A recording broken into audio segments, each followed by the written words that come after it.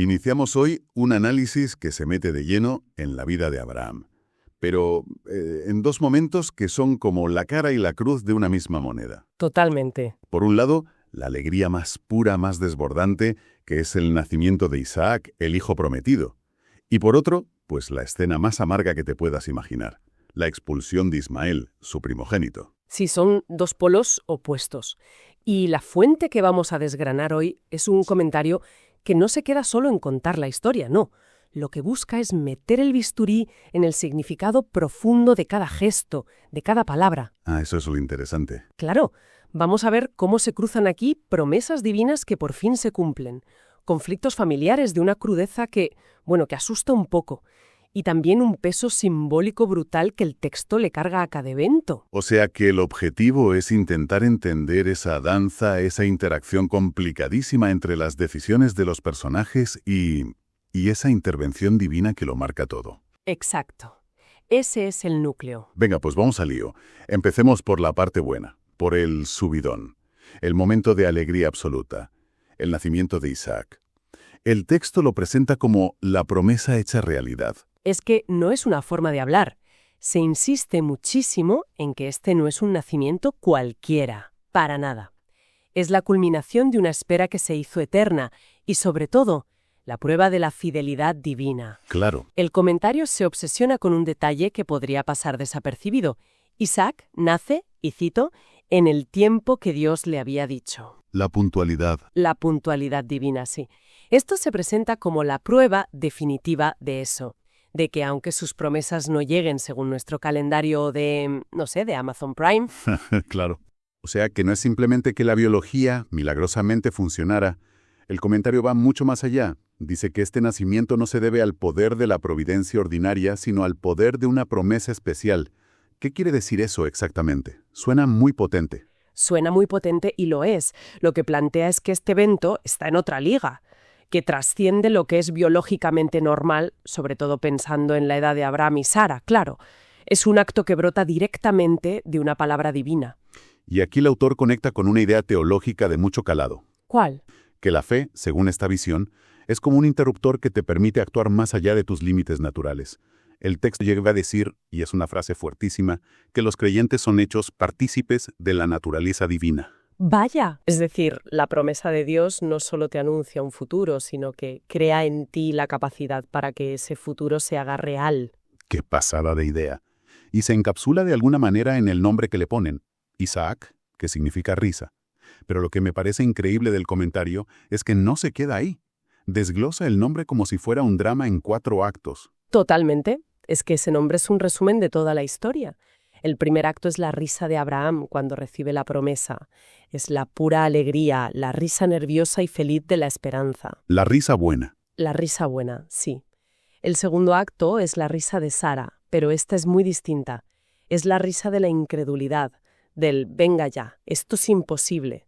Es el reflejo de la lógica humana chocando contra lo extraordinario. Y a partir de ahí la cosa se tuerce. Se tuerce mucho. El tercer acto es la risa de Ismael. Y ya no es ni de alegría ni de incredulidad. Es una burla. Es una burla, sí. El texto la describe como una mofa cruel hacia su hermano recién nacido. Y el comentario sugiere que el propio nombre pudo haber sido la chispa que encendió esa burla, lo que le añade un matiz trágico. ¡Qué fuerte! Y finalmente el cuarto acto es una risa profética. La promesa que Isaac representa será el motivo de gozo para todas las generaciones futuras. El nombre condensa todo el viaje emocional, alegría, duda, conflicto y una esperanza que lo trasciende todo. Y la reacción de Sara es igual de compleja, ¿no? Por un lado está la alegría en estado puro. Sí, su frase «Dios me ha hecho reír» es un reconocimiento total. Reconoce que la fuente de su felicidad es divina, no es un logro suyo. Y el comentario añade algo muy bonito aquí. ¿El qué? Que el gozo, cuando se comparte, se multiplica. Cuando ella dice «cualquiera que lo oiga se reirá conmigo», está expresando esa naturaleza contagiosa de la felicidad, que nace de una bendición así. Pero también hay asombro, ¿no? El texto dice que el suceso era tan sumamente improbable que si no lo hubiera dicho Dios sería para no creérselo. Exacto. Y ese asombro es la puerta que usa el autor para otra reflexión teológica. A ver. Utiliza la experiencia de Sara para ilustrar un principio general, que los favores de Dios a menudo destrozan nuestras expectativas. El autor del comentario pone ejemplos aún más bestias, como el perdón de los pecados o el envío de su espíritu. Claro.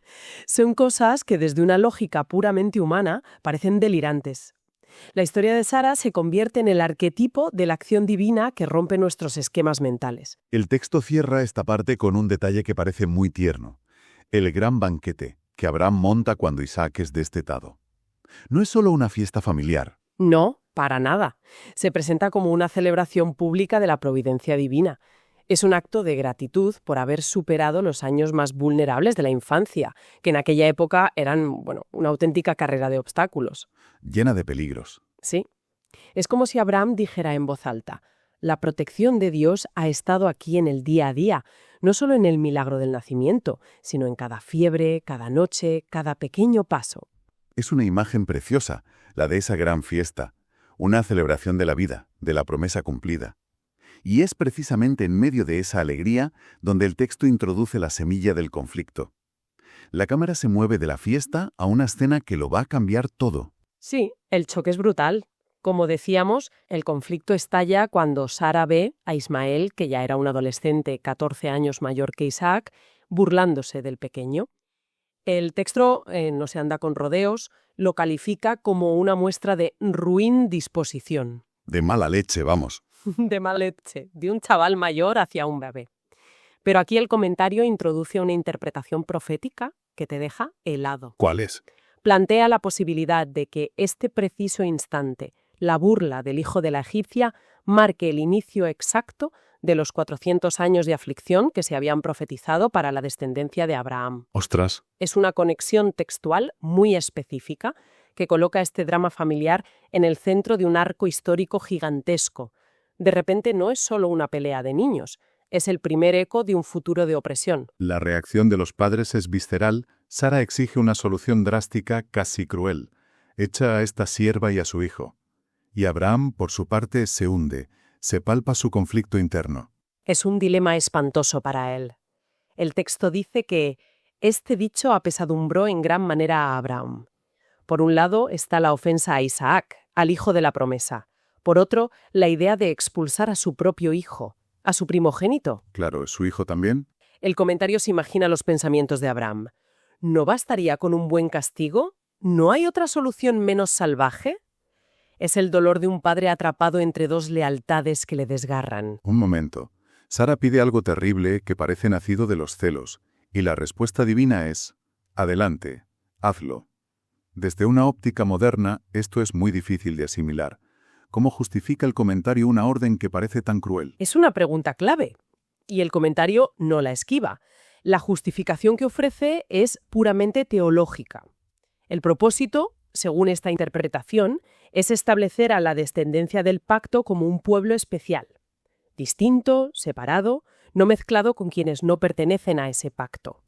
Entiendo. Es una decisión radical para preservar una línea específica.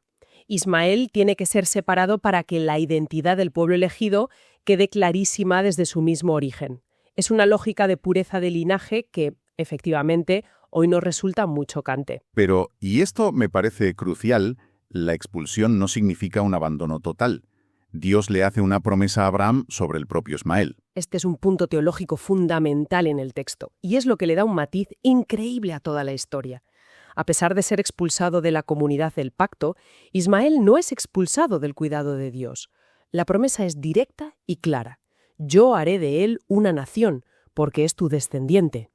O sea que no lo deja tirado. No. Esto introduce una idea complejísima, que la gracia y la providencia de Dios pueden extenderse mucho más allá de los límites formales de un pacto o una religión.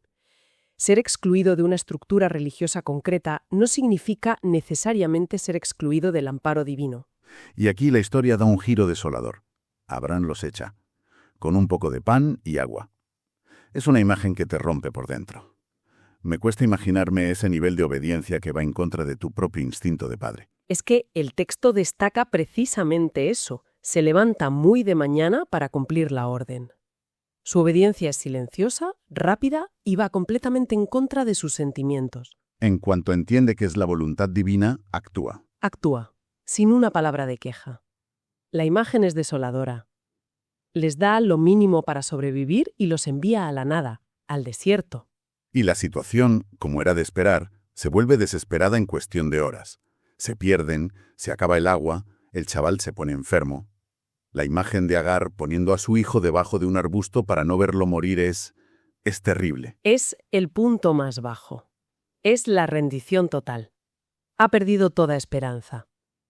Pero es justo en ese momento de oscuridad absoluta cuando llega el punto de inflexión. El texto dice: «Oyó Dios la voz del muchacho». Y se subraya que, incluso en el lugar más desolado y olvidado del mundo, hay una línea directa con el cielo. Y entonces llega la ayuda. Un ángel consuela a Agar, le repite la promesa de que su hijo será una gran nación, y entonces ocurre el milagro. Perdona que te interrumpa, pero es que esa frase es increíble. Dios le abrió los ojos y vio una fuente de agua. No es que hiciera aparecer el agua de la nada. El pozo ya estaba ahí, ella no lo veía. Es una idea brutal. Exacto, y el comentario hace hincapié precisamente en eso. El remedio, la fuente, ya existía, no apareció por arte de magia. Lo que cambió fue la percepción de Agar, que estaba cegada por la desesperación. ¡Qué bueno! Esto se presenta como una metáfora potentísima. A menudo tenemos las soluciones o los motivos de esperanza justo a nuestro lado, pero no los vemos hasta que una intervención divina nos quita la venda de los ojos. Y para explicar esta idea, el autor del comentario usa una palabra técnica, casi como para decir, atención, aquí hay un nivel de lectura más profundo. Usa el término griego alegorúmena. Sí, que es básicamente una señal de que la historia no es solo lo que parece en la superficie. Que hay algo más. Que tiene un significado simbólico. Sí. Se proponen dos interpretaciones alegóricas principales. La primera es que la travesía de Agar e Ismael representa la locura de intentar buscar la justicia o la salvación a través de las obras y la ley. El camino difícil. Un camino que, como el desierto, promete algo, pero al final te deja agotado, muerto de sed y sin haber encontrado satisfacción real. Y la segunda interpretación es parecida, ¿no? Simboliza la búsqueda de la felicidad en las cosas del mundo. Al igual que el desierto, es una búsqueda que no puede saciar la sed más profunda del alma. Ambas alegorías apuntan a lo mismo. Quienes abandonan la fuente del pacto de gracia y la comunión con Dios acaban vagando sin rumbo, buscando algo que el desierto de la ley o del materialismo no les puede dar. Es una alegoría muy potente. Mucho. Imagina que la ley es como intentar montar un mueble de IKEA complicadísimo solo con el manual. Te vuelves loco. Puedes seguir cada paso, es agotador, te desesperas y al final siempre te falta un tornillo. El pacto de gracia, en cambio, sería como que te entregaran el mueble ya montado, como un regalo. La fuente en el desierto es ese regalo inesperado. Vale, acabamos de hablar de metáforas existenciales, del desierto del alma, y de repente el texto nos planta en medio de una negociación por un pozo.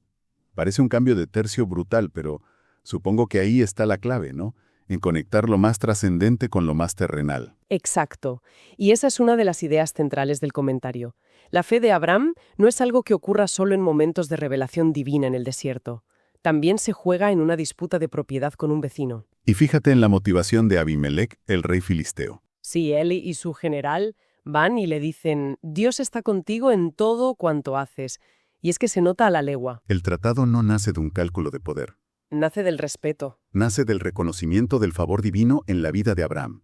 Es la bendición de Dios sobre él lo que lo convierte en un aliado deseable. Y en medio de este juramento de amistad entre familias, Abraham aprovecha para resolver un asunto muy práctico, la disputa por ese pozo de agua. Esto demuestra, según el comentario, que la fe y la vida práctica no están reñidas. Abraham no es un místico que levita desconectado de la realidad. Durante un juramento solemne de amistad, aprovecha para reprender a Abimelec, de forma diplomática pero muy firme, por el pozo que sus siervos le habían robado. O sea que no se calla. No, es un ejemplo de cómo gestionar los conflictos terrenales desde una posición de integridad y fe, sin ser un ingenio. El pacto se sella con un intercambio de regalos, 7 corderas y un juramento. Y esto le da nombre al lugar, Beerseba. Que significa pozo del juramento. Es un acto que deja una huella física, un nombre en la geografía, como testimonio del acuerdo. No es algo que se lleve el viento. No. Es un compromiso tangible, verificado por testigos y marcado en el mapa para siempre. El relato termina con una imagen muy evocadora. Abraham viviendo muchos días en tierra de filisteos, pero sin esconder su fe ni por un segundo. Todo lo contrario. Hace de su fe una confesión manifiesta, pública. El texto menciona un detalle muy específico. Planta un tamarisco, un árbol, y lo usa como lugar de oración, como un oratorio. Qué curioso. Sí. En lugar de esconder sus prácticas religiosas en un entorno extranjero y potencialmente hostil, las integran en el paisaje. El comentario nos recuerda que Cristo también oraba en un huerto o en un monte, al aire libre. Y el último detalle, que parece la guinda del pastel, es el nombre que usa para Dios en esa oración. Jehová, Dios eterno. ¿Por qué es tan importante este título justo aquí, al final? Porque es el cierre perfecto, es la culminación de toda la historia. Al invocar a Dios como eterno, Abraham está reconociendo su naturaleza inmutable. Que no cambia. Exacto, un Dios que existía antes del tiempo y existirá después. Y si Dios no cambia, significa que sus pactos y sus promesas son de fiar a lo largo de los siglos. Es una declaración de fe en la constancia de Dios, que es el fundamento último de la confianza de Abraham, tanto cuando recibe la promesa de un hijo como cuando está negociando la propiedad de un pozo. Es la roca sobre la que se apoya toda su vida. Entonces, si tuviéramos que resumir los hilos que hemos ido siguiendo hoy a través de este comentario, hemos visto un nacimiento que trae una alegría que roza lo increíble. Sí. Después, una ruptura familiar dolorosísima que, paradójicamente, acaba dando origen a otra gran nación. Otra gran nación, sí. Y finalmente, un pacto terrenal muy práctico, que se basa en que hasta los extraños reconocen el favor divino en la vida de Abraham. Exactamente. La conclusión principal a la que llega el texto es cómo las promesas divinas se entrelazan de una forma inseparable con las realidades humanas más complejas y a menudo más dolorosas. Claro. Hemos visto dramas personales, la rivalidad entre dos madres, el dolor de un padre que de repente adquieren un significado alegórico universal. Y hemos observado que la fe se manifiesta de maneras muy distintas. En muchos niveles. Sí, en la obediencia a mandatos que te rompen el corazón, pero también en la gestión astuta y justa de asuntos tan mundanos como la propiedad de un pozo de agua. Y para terminar, me gustaría dejar una pregunta en el aire, que surge directamente de una de las ideas más potentes del texto. Se afirma que ser excluido de la externa dispensación del pacto, como le pasó a Ismael, no implica necesariamente ser excluido de todas sus gracias. Es una afirmación que te obliga a pensar, desde luego. Muchísimo. Y partiendo de ella, la pregunta que queda flotando es, ¿cómo cambia nuestra percepción de las fronteras, ya sean familiares, tribales o religiosas, al considerar que la providencia y la gracia de Dios pueden operar mucho más allá de los límites y las etiquetas que los humanos nos empeñamos en establecer?